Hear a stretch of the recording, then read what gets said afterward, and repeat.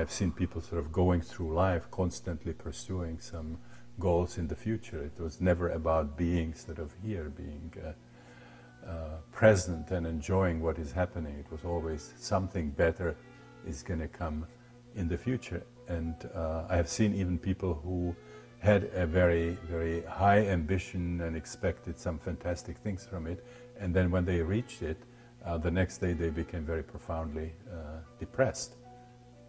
Joseph Campbell said about this kind of thing, it's like getting to the top of the ladder and finding that it's against the wrong wall.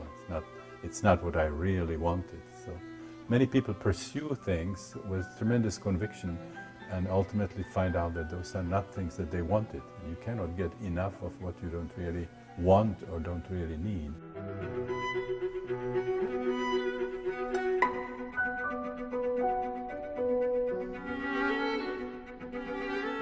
You know, we have our own Western input, which was through psychedelic experiences. This was something that came from Switzerland, that came from Europe and into United States. But certainly, that was just one part of the input into transpersonal psychology.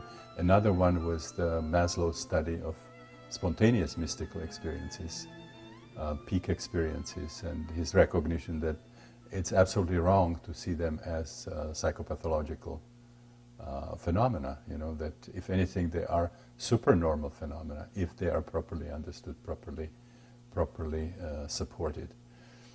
And then the rest of it was also influenced from the various teachers who were coming when there was this response and there was this interest in the United States and in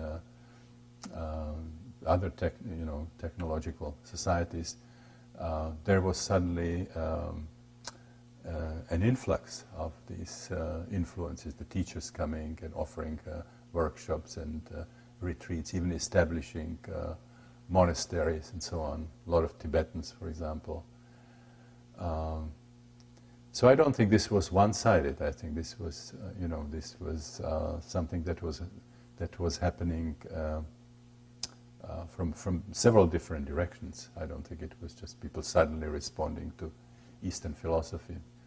There had to be something that created this responsivity, whether it was the fact that the opening happened with psychedelics to many people, or that there was just something about the climate of the 60s in general.